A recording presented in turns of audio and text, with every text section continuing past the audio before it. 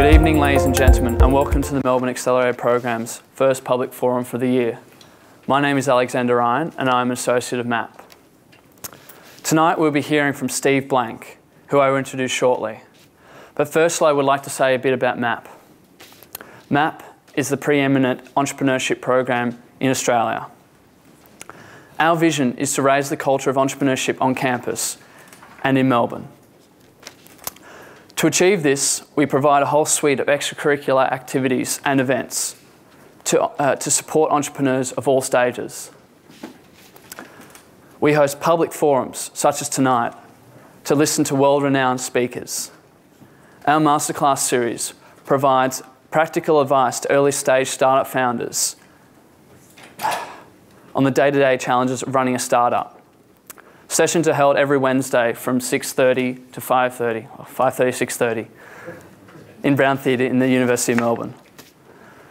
The pinnacle of the program is the MAP Startup Accelerator, which provides mentoring, office space, $20,000 of initial funding, and most importantly, the endorsement of the University of Melbourne to the best startups on campus.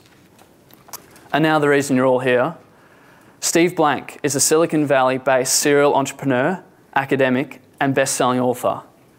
His book, The 4 Steps to the Epiphany, launched the lean startup movement in 2005. And today, you'll have received your copy of his other best-selling book, The Startup Owner's Manual.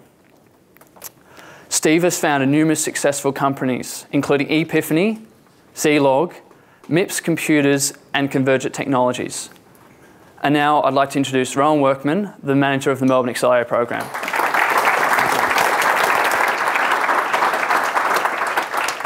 Good evening, everybody, and welcome, as Alex said, to the first public forum of 2014.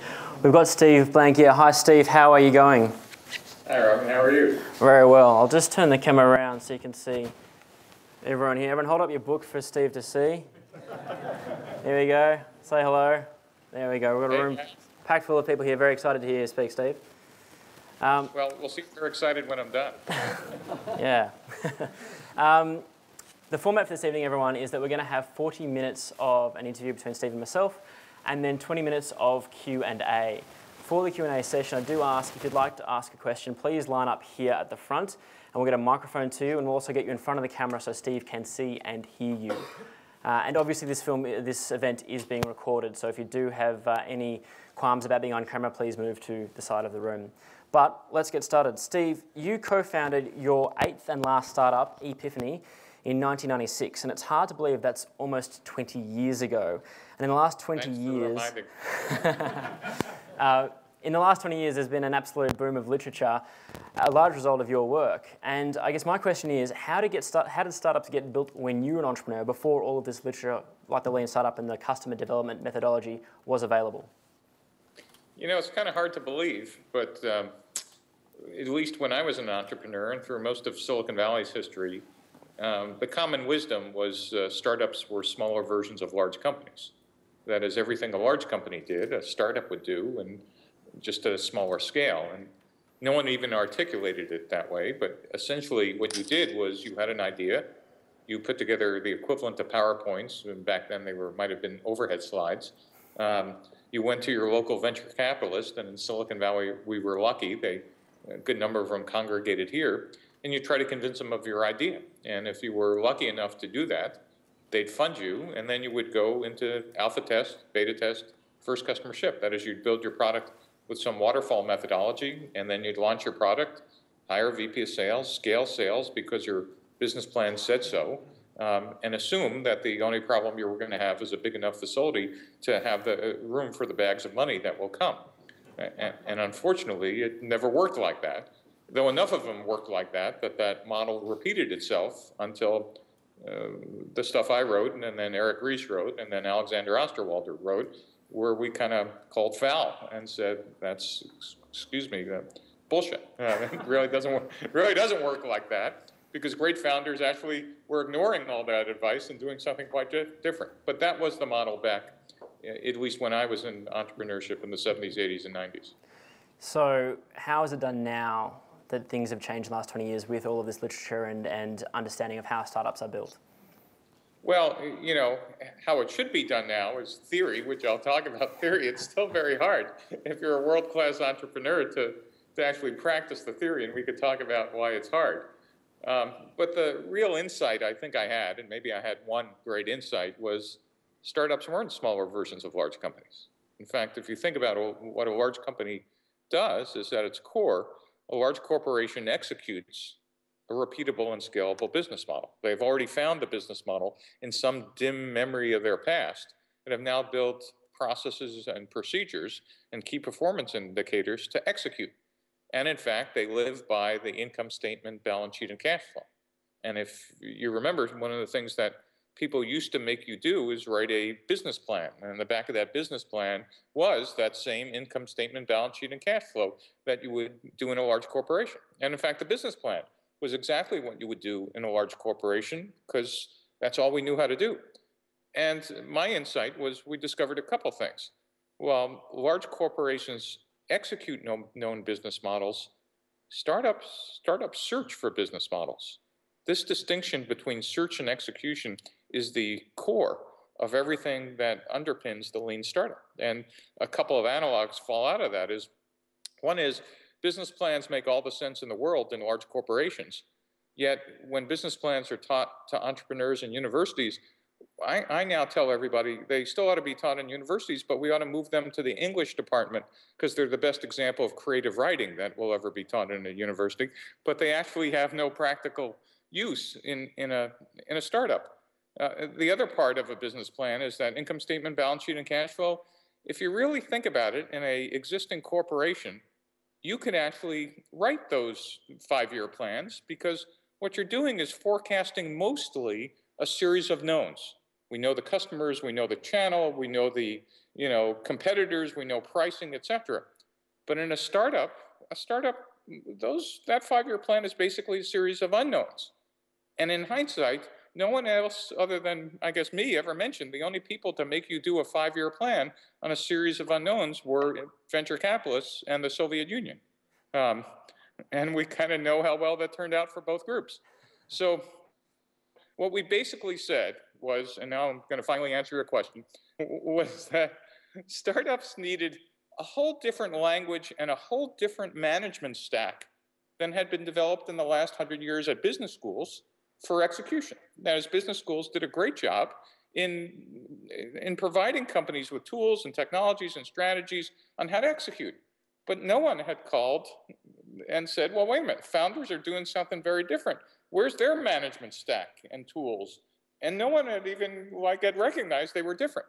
And by the way, just as an aside, the reason why is almost no business school professors actually ever worked in a startup. That is, if business school professors consult at all, they consult for the people who could pay them cash, not like equity that may not be worth anything. And so therefore their experience has been, and it's not that they were dumb or stupid or whatever, they just had no direct experience in understanding that distinction between search and execution from practical hands-on. And so they, the common wisdom at the time when I would talk to my peers at Stanford or Berkeley was, Steve, how hard could 2 people in a garage be? I consult for 100,000 person companies. And the answer is much harder than a 100,000 person company because we were doing very different things. Did I even answer your question? Sort of. It's all right, we'll read your book.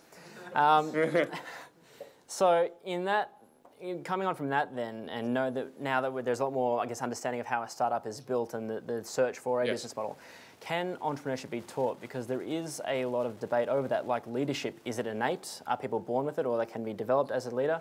Can entrepreneurs be taught, or are they born with it? That's a great question. And it's a great question because I had been a practitioner for 20 years, and my friends who knew me as a practitioner, when they heard I was teaching entrepreneurship, they couldn't stop laughing because they knew me as a fire, ready, aim kind of guy. I was the last guy on the planet that anybody ever thought would be a strategist. I was a really tactical street fighter, and like, Steve, you're the one coming up with a process. I was the least likely to succeed in this. And it took me about a decade to answer the question, which is a valid one, is it turns out that we've been asking the wrong question. Of course entrepreneurship could be taught. The real question is, who can it be taught to? And that's a really interesting way to frame the question. And I'll give you the short answer is, entrepreneurship can only be taught to those who passionately want to learn it. You cannot make this part of a common business school core curriculum, because entrepreneurs are not accountants. They're not finance people. They're not lawyers. And they're not, by the time you decide you want to be a founder of a company, you're no longer an engineer or a marketeer or anything else. You've just changed jobs. You have now become an artist. And this is a big idea. About 500 years ago, we discovered in the Renaissance you can actually train artists. First of all, you passionately have to want to be one. You want to be a sculptor or a painter or a musician. And the way you're going to learn is, yeah, we'll teach you some theory, but you're going to apprentice and do tons of hands-on. You're not going to learn how to be a painter by reading painting books. You're going to read some painting theory, but then you're going to go out and paint a bunch of paintings. And more importantly, is that as an artist, we now know that artists see something that the rest of us can't.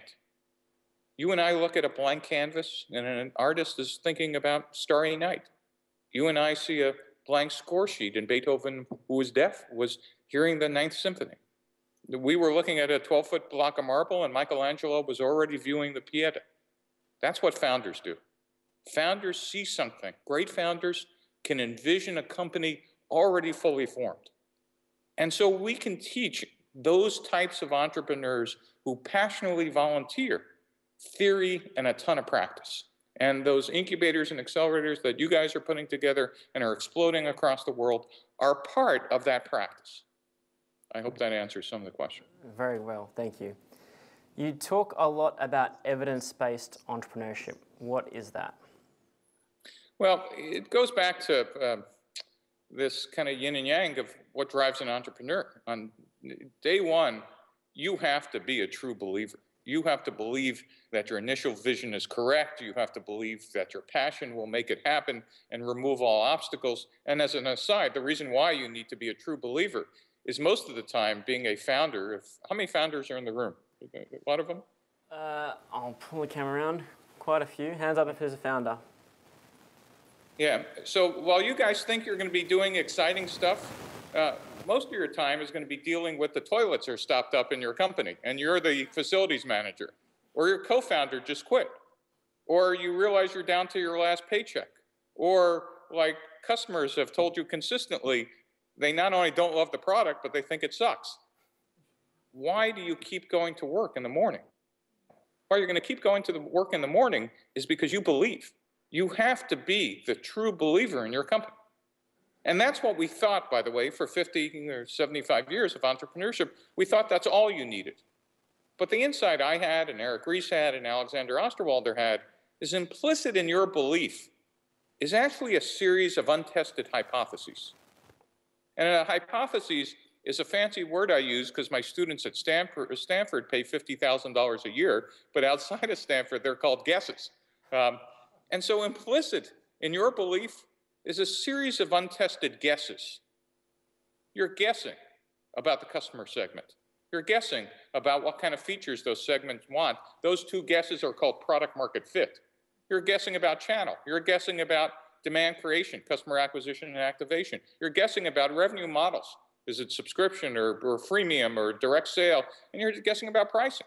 You're guessing about cost and activities and resources. And you could keep guessing, and you might keep raising money, and you might hit the lottery and be exactly right.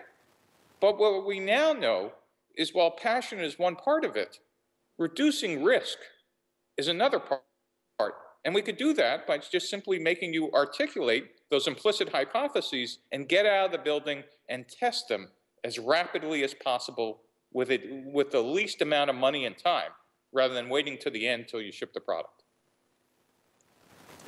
Very well.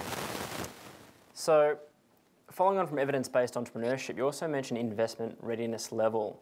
And for people here in Melbourne University going through our Startup Accelerator, a lot of them are looking to get to that investment readiness level. How would you describe that? Sure. Well, an investment readiness level came to me as one of these funny patterns from a completely different area, and I'll try to make the story short, is that it turns out in the beginning of the space age of all things, NASA, our space agency in the United States, was lucky that if half or even a third of the rockets who lifted off on the pad would actually get to orbit. And it took them about 30 years from the late 1950s to about the middle 1980s that the rockets getting into space were pretty reliable. But by the mid-1980s, now they were putting the rockets into space, they were finding out that the satellites on top of them were failing half the time. So here they got the rockets working, and the damn stuff on top of it wasn't working. And so they were scratching their head going, well, we have all these processes to make the rockets consistent. What the heck's going on with the satellites? And what they discovered is satellites were being built in the United States by different government agencies and different commercial entities, Boeing and Lockheed and Jet Propulsion Laboratory and Goddard Space Center and et cetera. And they all had different standards. They didn't even have a common language of what was flight ready to go on the top of that rocket. One group was saying, oh, all you need to do is like put it in a vacuum chamber. Another group was saying, no, you need to put it in a vacuum chamber and vibrate it like the rocket launch. Another one was saying, well, this prototype is ready to be tested. And another one said, no, we need to test it in weightlessness. And NASA finally said, we got it. We understand the problem. The problem was we don't have a common language to kind of describe flight readiness across a series of agencies. So why don't we just draw a little thermometer where kind of 0 on the bottom of the thermometer says we have a theory, and level 1 says we have a breadboard, and level 2 says we've tested in the lab, until you all get all the way to level 9 that says we all agree that these standards mean it's flight ready. What does that have to do with investment readiness level? Well, it just dawned on me after sitting through 500 Teams presentations and being investors in a ton of venture capital firms and sitting through demo days, it was clear to me that we really had no common language between the investors themselves and investors telling startups, here's what I'd like to see for me to even consider this deal investment ready. And there was no gradation of what it does. And so we just simply created our own investment readiness level, kind of that same level of thermometer that said, you know, level 1, you know what a business model canvas is, but you haven't filled it out. You know, level 2 is you've articulated all your hypotheses. Level 3, on and on until, you know, level 9 says, holy cow, you got to, if it's a mobile or web app, you got 100,000 customers, you know, stand in line to invest. And so it allowed us to explain to teams where they were for potential investments. Now, of course, no investor is going to just invest based on numeric criteria, but it allowed us to do something called play Moneyball. And in the United States, there was a movie about a baseball team, our national sport, called the Oakland A's, that in the early 1990s was kind of an also-ran team. And they were competing with the most well-funded baseball team in history, the New York Yankees. And there was no way they could afford the expensive players. And so the manager of this team, a guy named Billy Bean, for the first time used analytics to actually measure what was important about buying baseball players. And it turns out the metrics that other teams were using were the wrong ones. And he managed to put together a team at a fraction of the price that beat the New York Yankees because they were kind of the collection of misfit toys. But they were actually good at what mattered in baseball. Our belief is it might actually be possible for investors to figure out how to play Moneyball with the investment readiness level, and it might be very helpful for entrepreneurs to understand what are the criteria that investors are looking other than, oh, come back later, or let me know when you find a lead, or, you know, et cetera. And that's the reason for the investment readiness level. Okay. One area of particular interest here in Melbourne is the life sciences sector. The University of Melbourne's medical faculty is consistently rated amongst the world's best. There are a lot of life sciences venture capitalists here in Melbourne, and a lot of technology developed, including the bionic ear a few years ago. And for a long time, you said that customer development would not work for life sciences startups. But you have recently kicked off the Lean Launchpad for life sciences at UC San Francisco. So what's going on there? UC San Francisco is our leading biotech school here in the States, and they managed to prove to me I was a complete idiot, which was a lot of fun because, as you noted, I had this naive view of life sciences, which says, you know, you get a paper published in Cell or Nature or Science, and you get funded, and 10 or 15 years later, you go through FDA trials and, you know, you have a drug that cures cancer and you've licensed it for, or partner for $1 billion, or you get bought out and you're done. But no customer development is required. And the UCSF folks had believed that my model was not only naive, it was probably never right, and that the lean startup process would actually work. And so they chased me for a couple of years to hold this class at UCSF. And I kept saying, well, did you read my book? And they said, Steve, we are the experts in life sciences. Why don't we get you out of the building? And finally, about a year ago, they got me in front of a whole bunch of life science VCs, and Brooke Byers and Larry Lasky and Carl Handelsman, in different domains, in therapeutics, diagnostics, devices, and digital health. And each of those venture capitalists told me, Steve, you're wrong. The business model for big pharma has changed. They're now no longer vertically integrated. They're looking for early partners. Medical devices rarely go public. They now get bought. You know, digital health is a booming and emerging area. The FDA is changing the regulations on all this stuff. And in fact, the customer development process for these 4 domains, therapeutics, devices, diagnostics, and digital health, could be incredibly valuable. And so when I heard this from venture capitalists, I tended to do what I've been doing in the last 10 years, said, congratulations, you're now teaching the class with me. And so I roped in 4 VCs to teach the life sciences class at UCSF. And we had 127 clinicians and researchers and postdocs in the class. And essentially, about halfway through the class, it was dawning on everybody that we actually might have cracked the code for what is the next wave of translational medicine.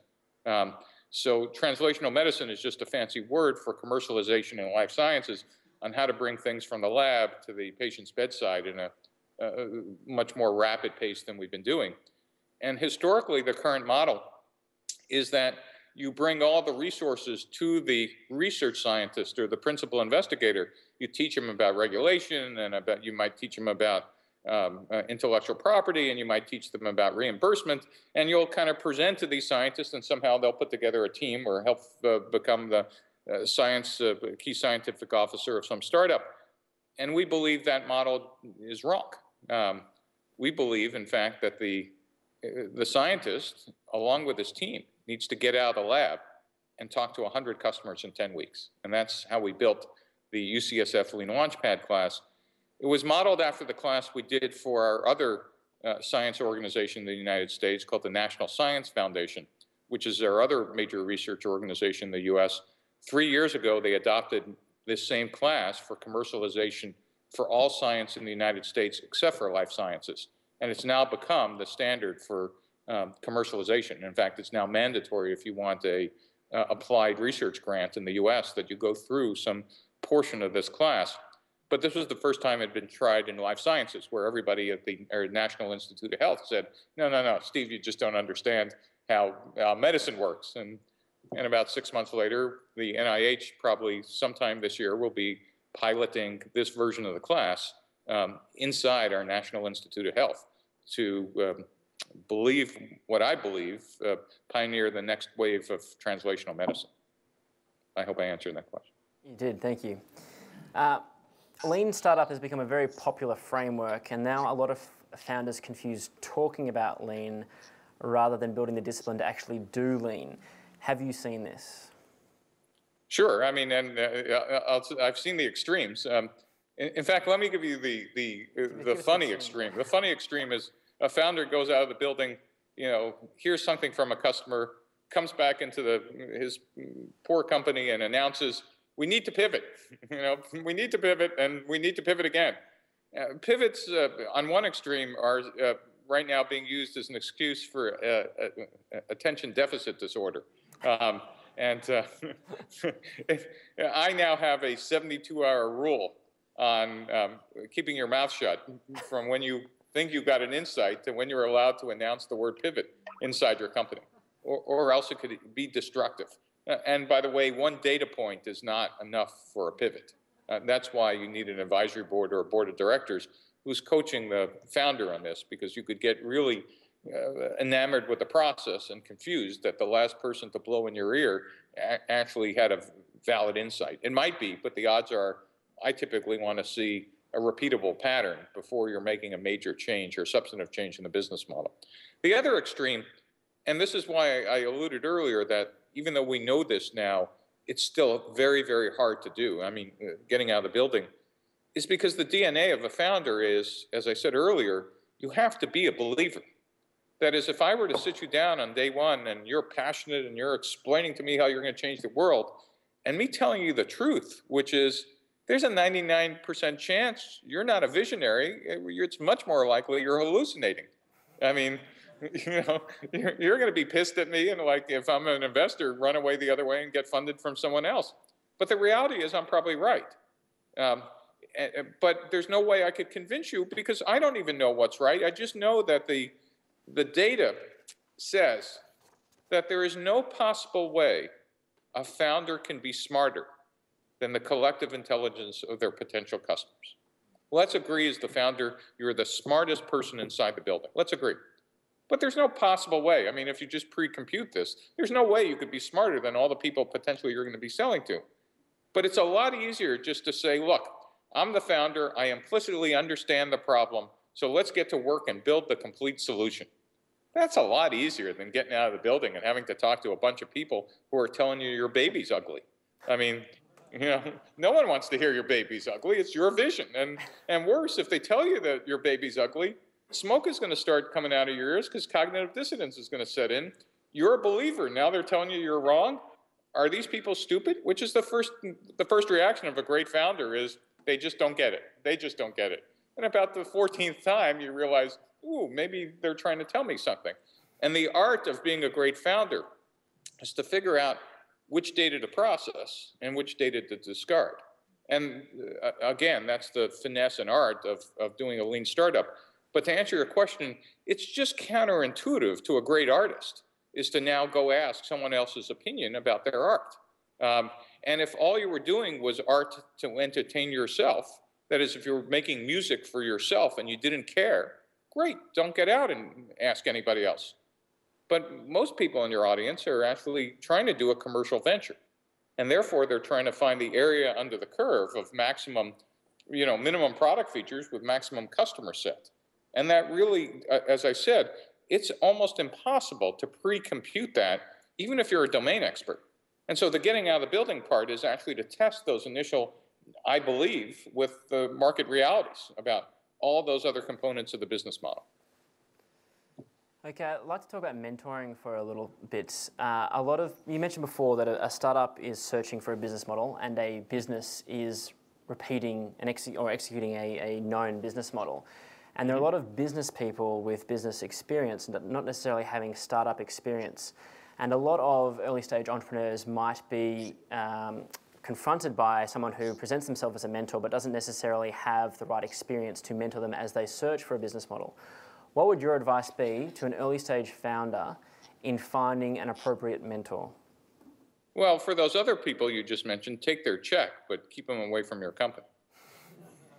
And I say this very nicely, is that, you know, the worst mentors are guys my age who have been successful, who think they know how, because they've been successful, know how to tell you, well, here's the people you need to call on, and here's the product you need to build, and here's whatever, and without quite understanding that their success may not be repeatable by you, because either they were lucky or they weren't the founder or something else. What you really want from a great mentor is somebody who can actually help you understand what hypotheses you're testing, how to test them, you know, who to talk to early, etc. And I just find that sometimes it's not only age related, it's also, are they into lean or not? And you could decide whether you want them engaged in your company or not. Does that make sense? No. One of the troubles I used to run into, because I used to make this stupid mistake for first 15 years of my career, and mentors compounded, is, well, if you're building a company, you would think the first people you want to test hypotheses on or even make a call on is the most important person in a target customer. Gee, I want to talk to the CIO, or I want to talk to the VP of sales or the CEO. And it turns out if you're doing hypothesis testing, those are actually the worst people for you to call on first. And if you just think about it, it's not that hard to imagine why. If you believe what I say, you're almost always wrong in your first presentation. So if I set you up with a meeting of a CEO of a company, how many meetings do you think you're ever going to get with that CEO? The answer is probably just one. And the odds of you being right without talking to anybody else in their industry or even in their company is probably about zero. And so therefore, you're going to waste that meeting, and even though I had a great Rolodex. What I tend to tell people is, I want you to spend time in that company talking to the lowest possible people that can make you smarter. And by the time you get smart and you're into a C-level executive, now all of a sudden you know exactly what their problems are, exactly how to solve them. And like, you know, the minute you open your mouth, that CEO's going, who are you? How do you know all this stuff? And if you can't do that, then you know, you don't know enough yet. You retired from Epiphany in 1999, the day before it IPO'd, and since then you've been involved in educating founders and also as an author. Have you ever been tempted to start another business? It's funny you say that, because, you know, in the last 9 months, I had something very bizarre happen, is that, and this is the first group I'm going to tell this to, so you're going to hear it for the first time ever. World first, right? Is that, implicitly in the story I've been telling you, when I retired, my last company was an enterprise software company. So I was calling on corporations. I must have personally called on 400 companies in 4 years. I mean, I was relentless. And the reason I retired is the company had an $8 billion market cap, and I wanted to see my children grow up, and I decided to do that. But understand, my last company was in the enterprise. Yet when I started thinking about entrepreneurship, one of the things I did is basically take the biggest stack of books you'd ever seen about entrepreneurship and read through the literature around the year 2000. And almost every book, with maybe one or two exceptions, were about innovation in corporations. And the standard literature at the time was describing innovation as nothing more than smaller activities going on inside a company. They were about what Clayton Christensen calls sustaining innovation. And so I turned my back on corporations and invented our own management stack, as I described earlier, for startups. The reason I tell you this story is, fast forward, last May, a publication called the Harvard Business Review asked me to write the cover story for May 2013 called "The Lean Startup Changes Everything." And it was about how the lean startup could be used in corporations. Because the irony is that large corporations are now being continuously disrupted by not only startups, but by China, by globalization, by the internet, by brands no longer matter, like having large assets no longer matter. Even mining and materials companies are being disrupted. And so they're starting to look at startups. And for the first time in my 13 or 15 years since I was retired, I started getting calls from people in companies I had never heard of their titles. They were called VPs of Corporate Innovation. Who the hell are these guys? Why do they exist? And it turns out every large corporation in the world is not stupid. They're recognizing that unless they do something to be able to keep up with continuous innovation, they are going to be Nokia or RIM or Motorola, meaning they are going to be like doing just fine, changing the color of the cell phone while Steve Jobs reinvents and disrupts their entire industry. And so smart companies have started to say, how do we fix this? And to answer your question, I think we have an inkling on how to crack that code, on actually how to make continuous innovation both a software backbone and a consulting service for large corporations in a way that no one has thought of before. And it might be my next book. And it might be another company. So you're hearing it first, but it is what's intellectually engaging and challenging me right now. Fantastic. So watch this space then. Or not. If you could give founders one piece of advice, what would it be? Founders, it's not a job, and it's a calling. And if you're not called, and if you're doing this because your mate is doing it, or your friends, or you think it's cool, or whatever, get the hell out of being a founder. Join someone else's company or join a big company, but this is not some job. The odds of you making money in here versus working at McDonald's, it's a much better bet that you're going to make more money in your career than working out at McDonald's. You need to do what you're doing because you love it, because you can't think of anything better to do with your life. And if that's not the case, don't do this because it's going to be a miserable 10 or 20 years. If you're looking at getting rich like the Facebook boys or the Google boys or whatever the hot startup is now, that's the wrong reason to do it. If you're chasing the money, I will guarantee you, the more you chase it, the further away it goes. The more you do it for passion and for love, and as I said, that I used to drive down the main highway in Silicon Valley called Highway 101 every morning for 21 years, not believing that people actually paid me to do this job. I would have, multiple times I remembered, maybe today they're going to figure out I would do this damn job for free.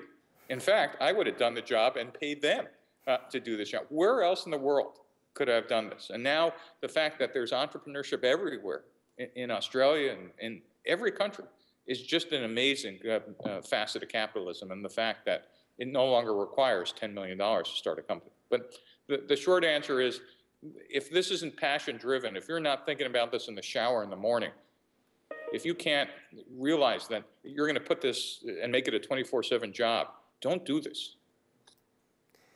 You touched on Australia then, and you actually spent a year living in Australia in Pine Gap, which is pretty much in the middle of nowhere. What were you doing there for a year?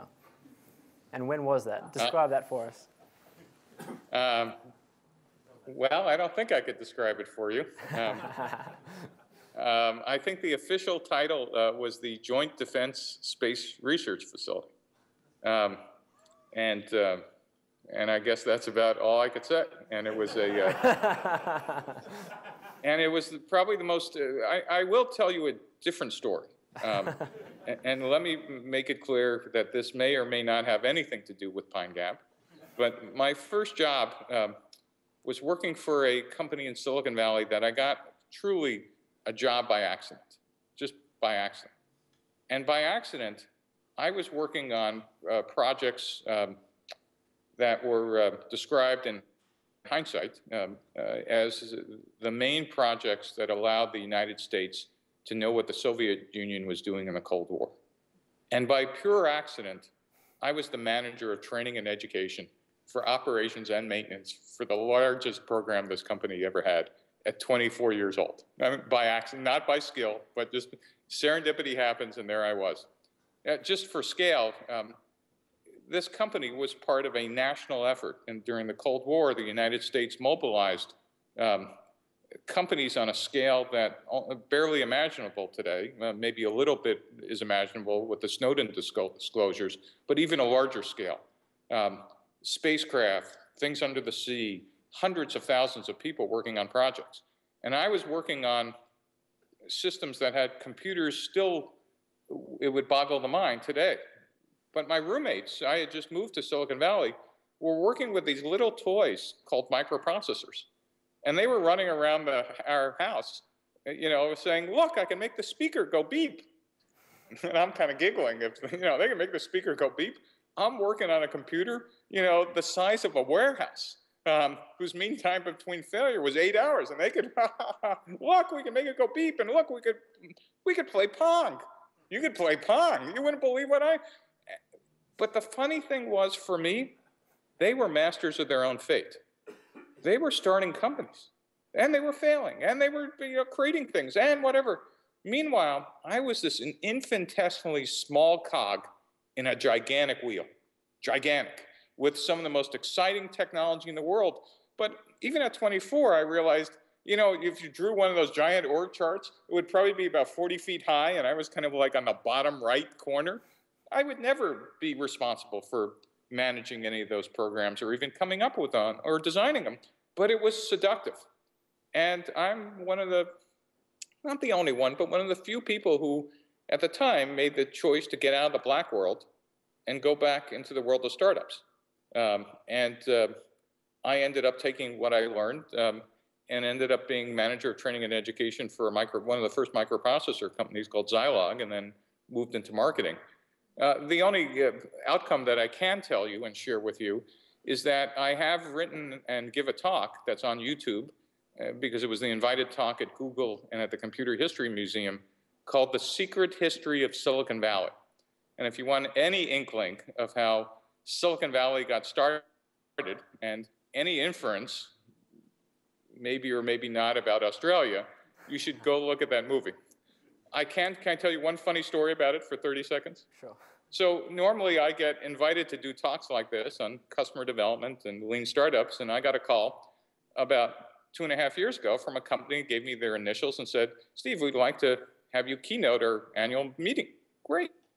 What version of my customer development talk would you like? There was silence on the other side. Customer development? We want your secret history of Silicon Valley talk. And now I'm puzzled because I go, what would the Culinary Institute of America want with my secret history talk? And now they're silent. They say, Culinary Institute of America, Steve, we're the other CIA. And I went, what? Well, they said, didn't you see the number of hits you've had on your YouTube talk? And I said, no. And I look and there's like, back then there was like 150,000. I went, where's this coming from? He said, don't you understand that your video is the welcome to CIA briefing for the families because we can't show them anything else? and so if you want to know some history which may or may not be applicable to your country, you should take a look at that video. All right. I've got one final question, then we'll open up to Q&A from the audience. So if you would like to ask a question, please start to line up over on the right-hand side here. But my final question for you, Steve, is can we tempt you to come to Australia in person? So I think I'm going to be there in October. Fantastic. Would you like to come to an event at Melbourne University? I think I'm happy to go talk to you and anybody else in Australia. I went back to Australia a couple times as a civilian in a couple other companies. I loved Sydney and Melbourne and thought it was God's country. I'm a big Australian fan. So yes, fantastic. I will hopefully see some of you in October. Fantastic. We'll be in touch. Great. All right. With that then, open it up to Q&A. If anyone has a question, please come up the front. Surely there's some people with questions. Here we go. Yes. I'll turn the camera around, Steve, so you can see who is actually asking you a question. Come around in front, yeah. Hello. Simon Wilkins from Carlton Connect. My question is, I guess, following on from, well, firstly, thank you for your talk, but secondly, following on from your comments about the involvement of three-letter acronyms in Silicon Valley, what do you think is the best role for government in supporting innovation and entrepreneurship? So, you know, if you would have asked me 3 years ago, I would have said none. But if you really think about it, particularly if you watch The Secret History of Silicon Valley actually exists because the government primed the pump, meaning they didn't fund companies directly, but they funded just as, I'll give you a very short history lesson. During our Cold War with the Soviet Union, every research university in the United States had a secret weapons lab that supported military activities. Stanford had a secret 400-person weapons lab inside the engineering school. 3/4 of all the engineering graduate theses were classified by 1965. And the single professor at Stanford who was running that essentially started the entrepreneurial culture at Stanford University, not because he wanted to see commercial startups, but he wanted to see startups taking microwaves and electronics outside of Stanford, helping us win the Cold War. So that was one wave. The second thing is I've now been involved in our government efforts to commercialize science. And unlike other places that think that the government should have a role in picking winners and losers, I think the government should be incenting incubators and accelerators for principal investigators and scientists. And we've actually done a great job in doing that in the US in the last 3 years. There are models of government intervention that actually have worked well. The first one is Israel. And for those of you who haven't read Startup Nation, you should see what the Israelis have done and did do in taking a socialist country into one that didn't fund startups, but funded incubators, accelerators, and venture capital firms. You know, the other story is South Korea, and then the Another story is what China did with the torch program. And if you want to read that history, you could go on my blog. There's a category called China, and you could read that 5-part series. So the answer is, I now have a little more sophisticated view instead of none. I certainly don't think they should be picking individual winners and losers, but I think there's a role for government financing of technology, of incubators, of accelerators, and for programs to get scientists out of the lab. I hope that answers the question. Thank you. Hi, Steve. Peter Stiles is my name. I've started a couple of businesses, and I understand, I think, the lean startup thinking. The one area that I'd say is a weakness, and I'd like to get your reflections on this, is in the step that I would say happens before you start testing an idea or a guess, the ideation stage. How do you come up with the guesses? That's an area I've spent a fair bit of time thinking about. I'd like to get your reflections on, is that a weakness with the lean startup thinking, that sort of, the stage of coming up with the guesses? Well, I wouldn't call it a weakness. I would just call it completely missing. So I happen to agree with you, is that, no, Peter, don't go, come back. I think you're absolutely right. So for everybody else in the room, this idea of ideation is, how do you come up with an idea that's large enough, deals with competitive issues and economic issues and technology trends? It turns out at Stanford, one of the best classes, and it's now online, is by a professor named Tina Zilog. And if you want to look at some great ideation creativity classes, you should look at hers. And so for everybody else in the room, I'm going to tell you, Peter, a 30-second story. I used to laugh at Tina's classes. I went, who the hell needs ideation and creation? You know, great entrepreneurs always have enough ideas. And you know what? That is me. But I've realized only as I got older, that's not 99% of great entrepreneurs. Great entrepreneurs actually go, I don't know, what do you think we should? I don't know. Whereas I don't know what to do with all those ideas. But it turns out there really is a good set of processes, and different people have different methodologies that can actually help entrepreneurs go through a formal way of thinking about, you know, what if we did it this way? What do they do it this way? Does that make sense, Peter? And I happen to violently agree. I can't hear you. Grab a mic. That makes sense. Personally, I like the IDEO guys, and they're thinking about ideation as well. But yep, that makes sense. Right. Thanks, Steve. I think there are a ton of people, and I think you raised an important issue for the rest of the audience, is that, you know, don't start the lean process unless you have actually kind of beaten to death some of these ideas. Yeah.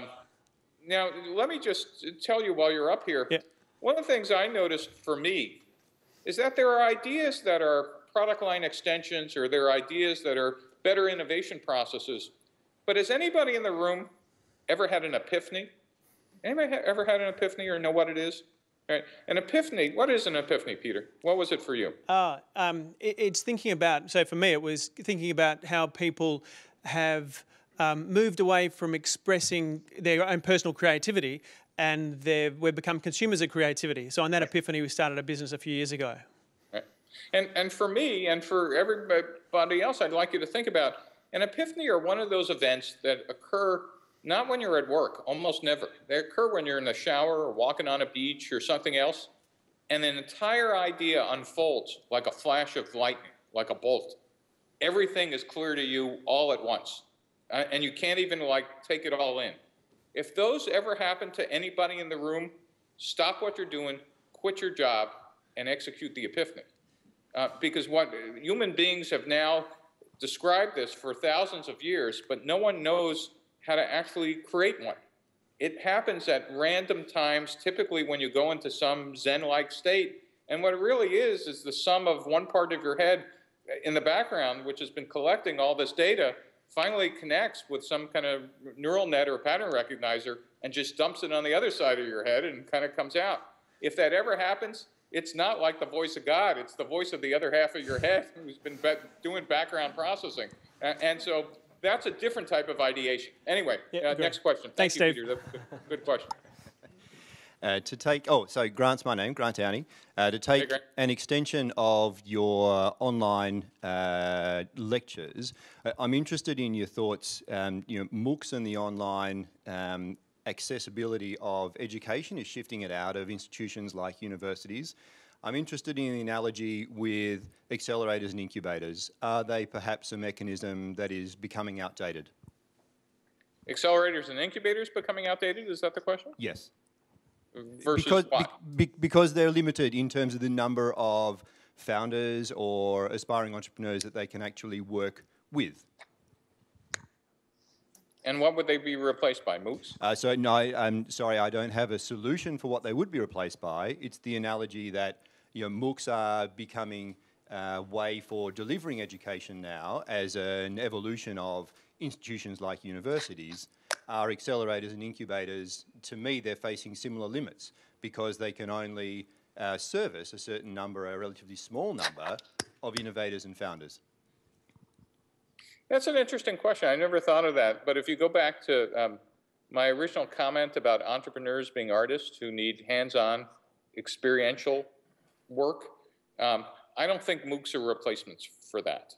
And I think what incubators and accelerators do is actually provide basic art school, like performing arts school or painting school, where you could do practice and lots of practice and fail and succeed quickly. The other insight we had about the lean startup, which sometimes gets said, but most of the time forgotten, is one of the things we learned is that in companies, we used to assume that execution meant success and that you were simply going to, there's the plan, I'm going to execute the plan, it says so. Where we now kind of giggle about that. We now know startups go from failure to failure, and what you do is you iterate and pivot and build MVPs and until you find some area of great maximum area under the curve. I don't know how you could do that not getting your hands dirty. And maybe there's some new invention that would do that outside of incubators and accelerators. But I guess I still believe in the artist needing experiential practice versus, I don't want to ever be operated on by a surgeon who's learned by a MOOC. I want to know someone who's been practicing on dead bodies a lot, hopefully not mine. So thank you. Oh, hi, Steve. Thanks for joining us this evening. My name is Rahul. Hey, Rahul. Hi. My question is the two excuses that I come across for people not to get out of the building and do customer development is, one is Henry Ford's famous quote is that they can have any color as long as it's black. And the other is Steve Jobs, who apparently was averse to any sort of customer development. What would be your response to that? So it turns out that Steve Jobs quote actually has done more disservice to entrepreneurship, and it's bullshit. Because my best friend, John Rubinstein, was his VP of hardware engineering for 13 years. And, Jobs was not sitting in a lead-lined room in a Zen Lotus position with lightning bolts coming out of his head and coming up with those ideas. It turned out he was probably one of the best guys in the late 20th and 21st century that could actually integrate science and art in a way that no one else could. But let me explain, and you asked a killer question, so it's worth an explanation if we got a minute. It turns out the mistake I used to make and other entrepreneurs made when you hear that quote is thinking that there's one type of startup. And in fact, Jobs was describing a specific type of innovation, but there are 4 types of startups. Let me quickly go through them. One is this: you could be doing a startup in an existing market. What do we know about an existing market? God damn it, it exists. There are customers and there are competitors. And what do we know in an existing market? Well, we know pricing. We know if we talk to customers using customer discovery and ask them, what's the basis of competition? They will tell you what the basis of competition is. They will tell you what it would take for them to drop you or not look at a competitor and buy yours.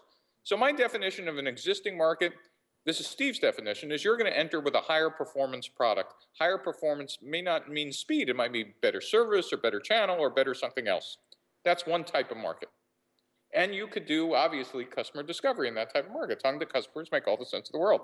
There might be another type of existing market where the incumbent is so dominant, yes, you're going out and talking to customers, but if you attack Google or Microsoft head on, you might as well throw your money in the street.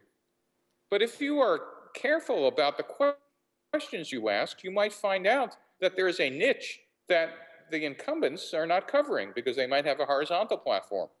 Or you might discover in talking to customers that price is really an issue and they're willing to sacrifice features because, as Clayton Christensen described, the incumbents have overshot the needs of, it's like Google Docs versus Microsoft Word, right? So there might be what I call a resegmentation of an existing market as possible as an entry.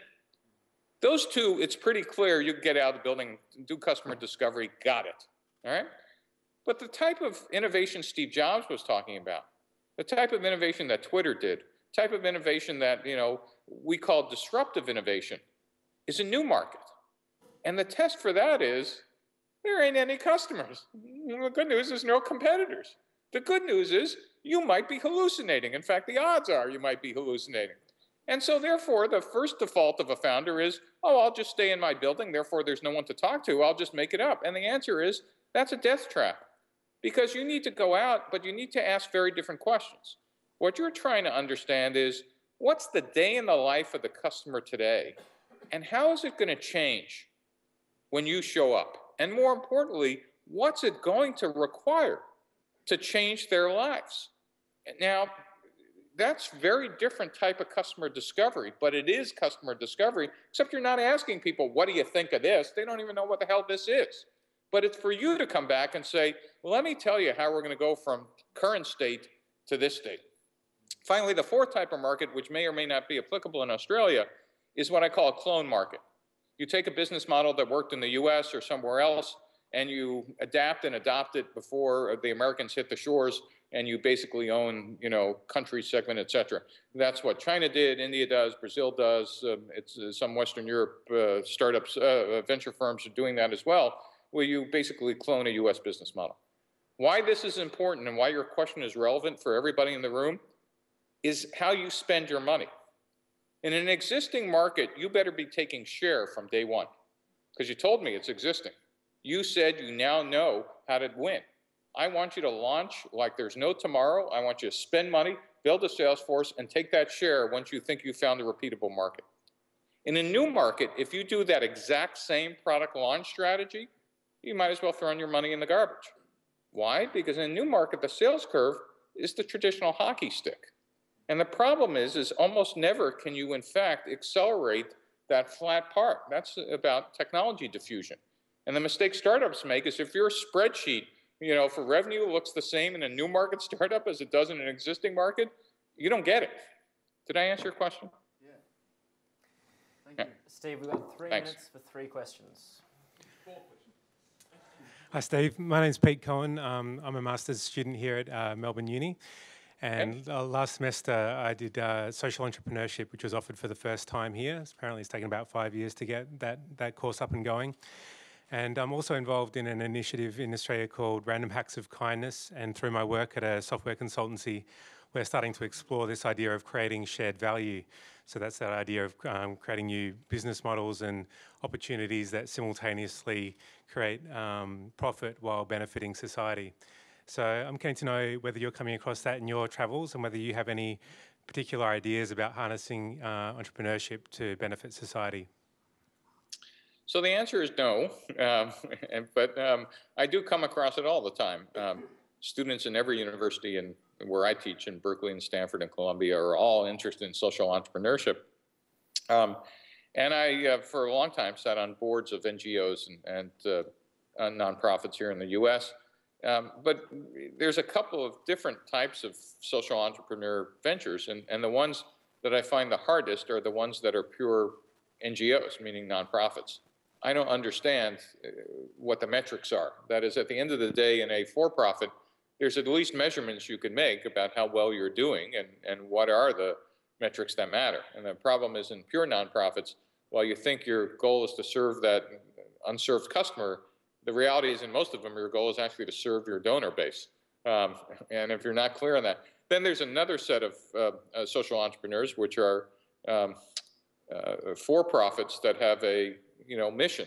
And those I could understand, and those, in fact, I help. And one of our best life sciences startup was a company called Tidepool, which was working on diabetes. And they turned out to be spectacular, and we understood how to measure their success. So the answer is yes. It's just that the metrics are much harder. And I would start with how do you measure success versus how do you do a lean social entrepreneurship startup. Am I making sense or not? Cool. Thanks very much. Yeah. Thanks, Peter. Leon Gletz is here for the program coordinator for the next program in Melbourne. And I just want to get you to say some quick words about the program and why early stage startups and entrepreneurs may want to get involved and join the program. You want me to do an ad for Startup Weekend? But I should mention as well, for those who aren't familiar, essentially we helped 27 startups, which was actually the world record so far, prepare for early stage launch or join a great accelerator like the Melbourne Accelerator program that Ryan helps coordinate. So Startup Weekend Next and Startup Weekend itself are probably the biggest entrepreneurship programs in the world in terms of scale and number of cities, et cetera. And it everything from Startup Weekend, which gets you kind of on a team and out of the building within 54 hours, versus Startup Weekend Next, which is kind of the next level of preparing you for what some hypothesis testing looks like, is probably the best practice you could do for a real incubator and accelerator. And so if anybody who's watching or hearing this is interested, I would suggest you take a serious look at Startup Weekend and Startup Weekend Next in Australia. Thanks, Steve. Yeah. Was that a good enough ad? Absolutely. Yes was the answer. Hi, Steve. Zizan here, and thanks for talking to us. I just wanted to ask a few more details around your ideas around lean for life sciences and kind of hard sciences. What are some of the assumptions that getting out of the building can help with those guys? Because I mean, my understanding of it works for consumer web kind of startups, but are they wrong to assume that people want to cure cancer? Like, what is the questions that they're getting wrong there? Well, the problem is they don't get to cure cancer unless they understand who their partners are, who the clinical research organizations are going to be. What if they, so for example, if you're going to cure cancer, you're going to probably want to partner with a pharma or a bio company pretty soon. And it turns out nowadays, which was the real surprise to me, learned this all from great therapeutics VC, is if you're in therapeutics, you could get a collaboration deal with a major pharma company in 18 months. Holy cow. Wow, that actually is new because their business model has changed radically in the last 5 years. So now you're getting out of the building trying to understand, so what kind of data do they want to see? Well, you could go make it up, or you could be collaborating and saying, well, how about this, or how about this? And trying to understand what's in their pipeline, trying to understand, what drugs they're looking at, trying to understand, who are the key opinion leaders, what's your scientific advisory board going to look like, et cetera. There's a ton of stuff you could be doing just in therapeutics. Medical devices, it's even easier to imagine. In medical devices, there's only three things that matter actually in building a business. What's the IP? That is, do you have freedom to operate? What's the reimbursement strategy? That in the U.S. it's kind of defined by what reimbursement codes you get from insurance companies, and what's the regulatory environment? Is it a PMA or a 510K? Dramatically different. Again, these are U.S. numbers and words, but you could be sitting in your lab thinking you have the next generation neural implant, whatever, but you might find out, oh my God, it's not only is it a PMA, here's what the FDA is going to require, and that's like $75 million worth of clinical trials. Oh, where's that going to come from? Does that make sense? I mean, or not? Yeah, very helpful. Thank you. Yeah, and by the way, this whole emerging digital health space is also, it seems like, how hard could this be? I could now add a sensor, to an iPhone or an Android device. Boom, I could reinvent a $50,000 instrument. Hey, welcome to regulation. The minute you say you have a diagnostic, you're now a regulated device, my friend, at least in the United States. You're screwed.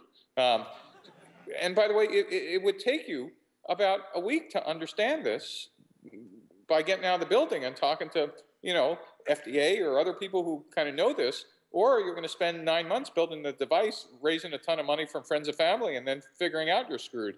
And if you think it only happens to startups, go ask 23andMe what happens when you get crosswise with the FDA in the United States on something as simple as you would have thought a basic DNA test. But our regulatory bodies, at least in the United States, have very different views on both digital health and medical devices and even diagnostics than you would think, than at least a scientist would think.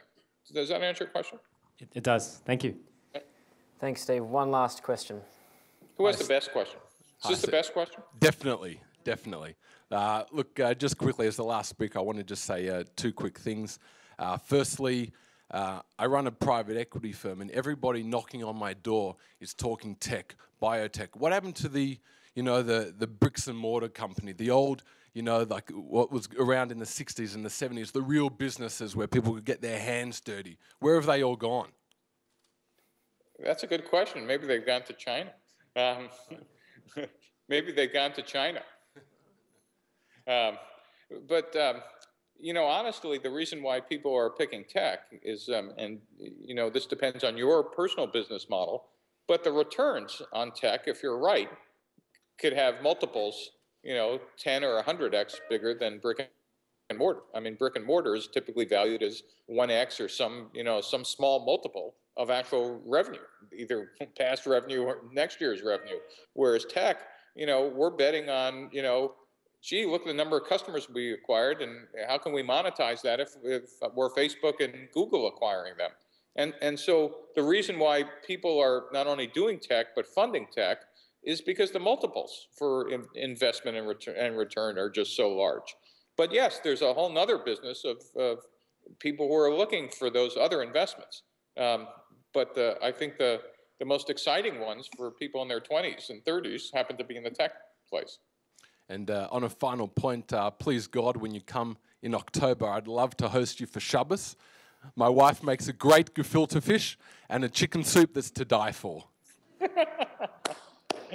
Thank you very much. And that is a genuine offer. That's great. Thank you. Thank you, Steve. I'll be tweeting when I'm there. You guys can line up at the airport. And Thank you. I bet you weren't expecting that, Steve. I've stopped being surprised. Fair enough. Well, that is it from us here in Melbourne. Thank you very much for your time. And we're very grateful that you stayed up late, especially with daylight savings kicking in the US over the weekend, which did cause us a few concerns initially. But thank you very much for joining us. And everyone, please, a round of applause for Steve.